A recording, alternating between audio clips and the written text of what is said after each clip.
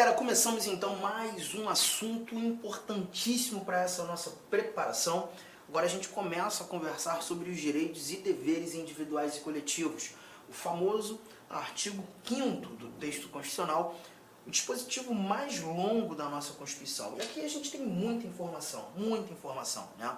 Nós iremos conversar sobre várias recomendações aqui, tratar dos vários direitos, das várias liberdades, falar de remédios constitucionais, falar de muita coisa, né? Sou o professor Arthur Damasceno e a nossa matéria de direito constitucional começa a ganhar um novo corpo agora, quando olhando para esse nosso artigo 5º. Vamos lá, vamos começar aqui tratando do título 2 da nossa Constituição, dos chamados direitos e garantias fundamentais, mas em seu capítulo 1º, os direitos e deveres individuais e coletivos. Bom, a gente começa fazendo a leitura desse caput, esse cabeçalho, dessa abertura que diz que todos são iguais perante a lei, sem distinção de qualquer natureza, garantindo-se aos brasileiros e aos estrangeiros residentes no país a inviolabilidade do direito à vida, à liberdade, à igualdade, à segurança e à propriedade nos termos seguintes. E aí nós temos os vários 79 incisos que serão desbravados por nós nesse nosso bate-papo. Importante lembrar que aqui o nosso constituinte, abrindo o artigo 5º, ele já traz que todos são iguais perante a lei. É aqui que a gente já começa a verificar a ideia de um chamado princípio da igualdade, né? O princípio da igualdade que traduz a ideia de sermos todos iguais, mas nós perceberemos que em alguns momentos, só limpar aqui, em alguns momentos nós teremos algumas diferenças que precisam ser levadas em consideração. Essas diferenças que nós veremos no decorrer do nosso estudo são diferenças importantes, diferenças que não ofendem o princípio da igualdade, porque na realidade essas diferenças existentes, elas vão buscar nada mais que garantir a igualdade. Muitas vezes há necessidade de se tratar desigual, se tratar diferente, para que consigamos atingir um resultado de justiça social, de igualdade. É tanto quanto paradoxo, num primeiro momento, né, você imaginar tratamento diferenciado para igualar, mas é justamente o que nós veremos. E não sei se você percebeu, nesse nosso caput, o Constituinte ele já traz uma abertura dos valores que nós iremos estudar de maneira mais específica, quando falando da vida, do direito à vida, as várias liberdades, a própria igualdade, a segurança, e aqui a gente fala de segurança pessoal, a gente fala de segurança jurídica e a propriedade. A gente também tem muita coisa relacionada à propriedade no âmbito dos direitos fundamentais. Mas lembre-se que esses vários direitos, de acordo com o caput do artigo 5º, eles são destinados aos brasileiros e aos estrangeiros residentes no país. Mas o Supremo Tribunal Federal também já nos mostrou em orientação que esses direitos eles não estão apenas destinados aos brasileiros e estrangeiros residentes, né?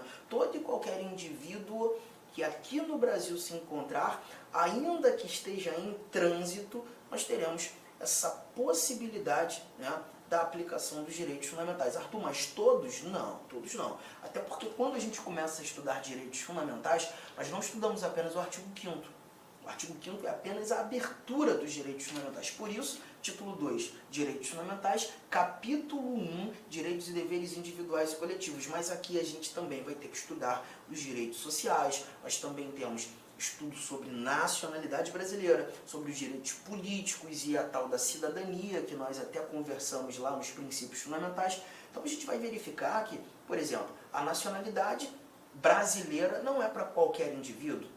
O estrangeiro, por exemplo, que tem a pretensão de se tornar um nacional, de conquistar a nacionalidade brasileira, ele vai ter que atender a algumas regras. Alguns requisitos precisam ser cumpridos. Dentre esses requisitos, a residência no Brasil. Para se tornar um brasileiro naturalizado, é necessário residir no Brasil. Arthur, por quanto tempo? Calma, nós ainda veremos isso no decorrer do nosso estudo. Mas aqui é apenas uma abertura, um bate-papo introdutório. Eu queria que você agora fosse lá no finalzinho desse teu material, lá no 35º slide. Vamos dar um confere nesse nosso... estou passando aqui, 34º, desculpa. Estou passando aqui por vários incisos ali, ó, 79. Mas eu não quero ainda ler esses incisos, eu queria começar com essa informação que aqui no quadro está. Os parágrafos. Parágrafo 1º, parágrafo 2º, parágrafo 3º e o parágrafo 4º da nossa Constituição, no nosso artigo 5º. Tá? Por que eu gosto de começar com esses parágrafos? Porque quando a gente começa a estudar esses parágrafos, a gente começa a entender um pouco mais os motivos e da aplicação e aplicabilidade desses vários direitos aqui traduzidos. Né? Olha o parágrafo 1º que diz: as normas definidoras dos direitos e garantias fundamentais têm aplicação imediata. As normas definidoras dos direitos e garantias fundamentais têm aplicação imediata. Bom, o que eu costumo fazer em sala, questionando os alunos, eu sempre pergunto: você viu que são 78 incisos. Ali você fala sobre muitas coisas. Direito à vida, liberdades várias, direito de reunião, direito de associação, direito de herança. Você fala de direitos da pessoa presa, você traz remédios constitucionais, você tem coisa pra caramba. Esse estudo aqui pra gente é um dos mais importantes e um dos mais extensos da nossa Constituição. Só que esse parágrafo 1º que está aí na tua tela, ele diz que essas várias normas definidoras dos direitos e garantias, e são várias, têm aplicação imediata. A pergunta que eu costumo fazer em sala é: vocês acham mesmo que todas essas normas que definem direitos fundamentais têm aplicação imediata? Você acha mesmo? Bom, a resposta muitas vezes que eu obtenho em sala é: não, Arthur. Provavelmente não. Algumas normas não têm uma aplicação imediata. E aí eu digo: sim, elas têm. As normas que definem direitos fundamentais têm aplicação imediata. Todas elas têm aplicação imediata. Tá? E por que eu preciso começar com esse parágrafo 1º, te explicar essa informação? Porque quando a gente fala de aplicação, a gente está falando do efeito das normas. Do efeito das normas. Eu preciso que você guarde que toda norma constitucional tem efeito imediato. Toda norma constitucional tem efeito imediato. Inclusive essas, que traduzem os chamados direitos fundamentais. A partir do momento que o Constituinte diz que aquele direito é meu, inseriu aquele direito fundamental no texto constitucional, aquele direito é meu de imediato. O direito fundamental passa a ser meu imediatamente a sua introdução no âmbito dos direitos e deveres individuais e coletivos, no âmbito dos direitos fundamentais. Até porque esse parágrafo 1º fala dos direitos e garantias fundamentais, não só o artigo 5º. Tá? O efeito é imediato. Agora, um cuidado que a gente tem que ter é que, perceba, nem todo direito fundamental tem a aplicabilidade imediata. Nem todo direito fundamental tem a aplicabilidade imediata. Então, cuidado com isso. Aplicação,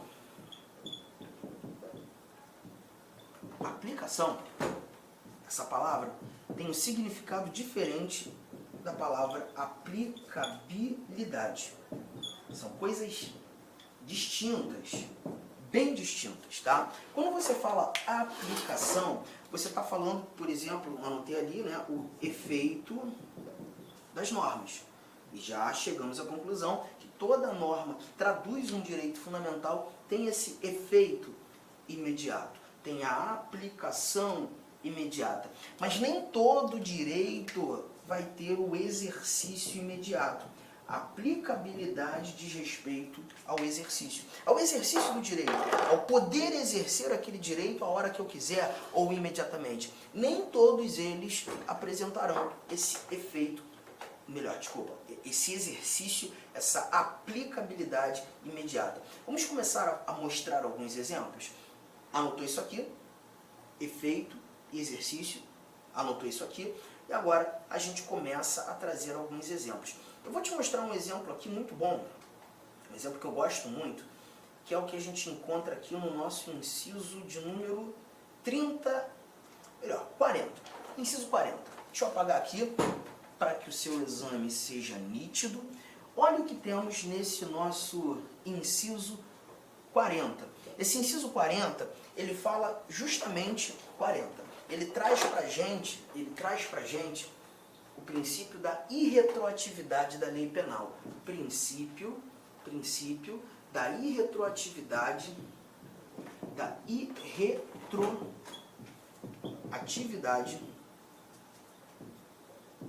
da lei penal. E o que nós encontramos aqui no princípio da irretroatividade da lei penal? Lê comigo. A lei penal não retroagirá, salvo para beneficiar o réu. Vamos lá, pensa só. Quando a gente fala desse princípio da irretroatividade da lei penal, a lógica é, vamos imaginar que há mais ou menos uns 3, 4 meses atrás, eu tenha praticado uma conduta muito reprovável pela sociedade, uma conduta absolutamente imoral, muito imoral. Todavia, no momento em que pratiquei essa conduta não era considerada crime. Nós não tínhamos essa conduta como um ato criminoso, como um tipo penal. E eu pratiquei. Tá? Alguns 2 meses depois da prática desse crime, eu, Arthur, acabo verificando uma alteração da lei penal. O legislador passou a entender aquela conduta praticada por mim como criminosa. A pergunta que fica é, se eu pratiquei essa conduta em momento anterior à sua tipificação, será que eu posso ser processado, julgado, condenado por isso? Bom, não. Então eu estou percebendo que o chamado princípio da irretroatividade da lei penal é uma proteção que eu tenho. E quando a gente verifica, estuda o artigo 5º, nós veremos que em vários desses dispositivos, o que o Constituinte quis trazer foi proteção. A lei penal não vai retroagir. Se você praticou essa conduta em momento anterior a ela ter sido chamada, definida como crime, você não pode ser processado, julgado. Essa lei não vai retroagir. Ela não vai ter esse efeito chamado ex tunc, né? Que significa efeito retroativo. Efeito retroativo. Não vai ter. Salvo se essa alteração da lei penal for para te beneficiar. Se for para benefício, beleza, aí retroage. Não sendo, ela não pode. Então perceba, gente, esse inciso 40 ele me protege. É uma norma que define um direito fundamental. A pergunta que te faço é, eu dependo de alguma lei abaixo da Constituição, algum ato normativo que complemente a Constituição para ter essa proteção, ou a própria norma constitucional ela já foi suficiente em me proteger? A leitura já garantiu efetivamente a proteção. Você está chegando à conclusão que essa leitura já me protege. Então já estou chegando mais uma conclusão. A norma ela é suficiente. A norma ela é integral. A norma ela é completa. A proteção que essa norma quis me dar, ela conseguiu. Ela não depende de mais nada. A norma tem uma eficácia direta. A norma tem uma eficácia imediata. A norma é de exercício imediato. A proteção ela é imediata. Então, concluindo aqueles dados que a gente viu agora há pouco, essa norma tem aplicação imediata. Aplicação. Porque quando a gente fala de aplicação, a gente está tratando daquela norma que tem um efeito imediato. Toda norma tem efeito imediato. Agora, será que, além do efeito imediato, eu consigo praticar, vivenciar, gozar dessa proteção imediatamente? Consigo. Então aqui você está verificando que essa norma ela tem uma eficácia plena, porque ela é completa. E não houve aqui na anotação a possibilidade de uma restrição. Arthur, a lei penal não retroagirá, salvo para beneficiar o réu. No entanto, se você fizer isso aqui, ela pode retroagir para te prejudicar. Não tem essa exceção. Não existe essa possibilidade escrita, prevista, de se diminuir a minha proteção. A proteção está lá. A norma não retroage em prejuízo.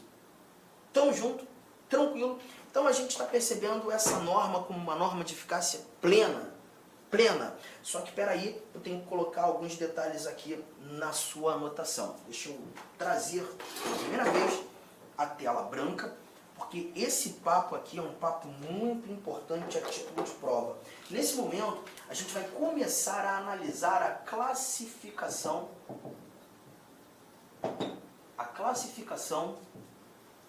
das normas constitucionais. A classificação das normas constitucionais. E a primeira classificação, a primeira norma classificada por nós aqui foi a chamada norma de eficácia plena. E o que eu quero que você entenda sobre essa norma de eficácia plena? A norma de eficácia plena é aquela norma constitucional que te apresenta o sentido integral. Ou seja, a norma é completa, a norma é suficiente em te proteger, em te garantir o exercício do direito. A norma, ela é totalmente suficiente, completa, de sentido integral. E se tudo o que eu precisava saber para exercer o meu direito ou para vivenciar, gozar... Olá, meus amigos, minhas amigas, eu sou o professor Lac e eu estou aqui para fazer um convite muito especial. Primeiro, você assistir o restante dessa videoaula no nosso site da Lac Cursos. Aqui no YouTube são aulas demonstrativas para você ter aí o conhecimento, né, para você ter aí uma projeção das nossas aulas em relação aí ao concurso da GCM, Guarda Civil Municipal de Caldas Novas. Nós temos um curso, cara, fantástico, focado nesse edital, um curso que eu tenho certeza que vai te ajudar. Só você clicar aqui embaixo, o menor custo-benefício do mercado, apenas R$ 199,90, investimento único, a melhor proposta pedagógica para você estudar de verdade com quem conhece, com quem aprova, quem vive o dia de concursandos, concurseiros no Brasil do dia a dia. Tá? Pode confiar aqui na Lac Concursos que você terá um excelente resultado. Bacana, meus amigos? Espero vocês. Valeu, tchau!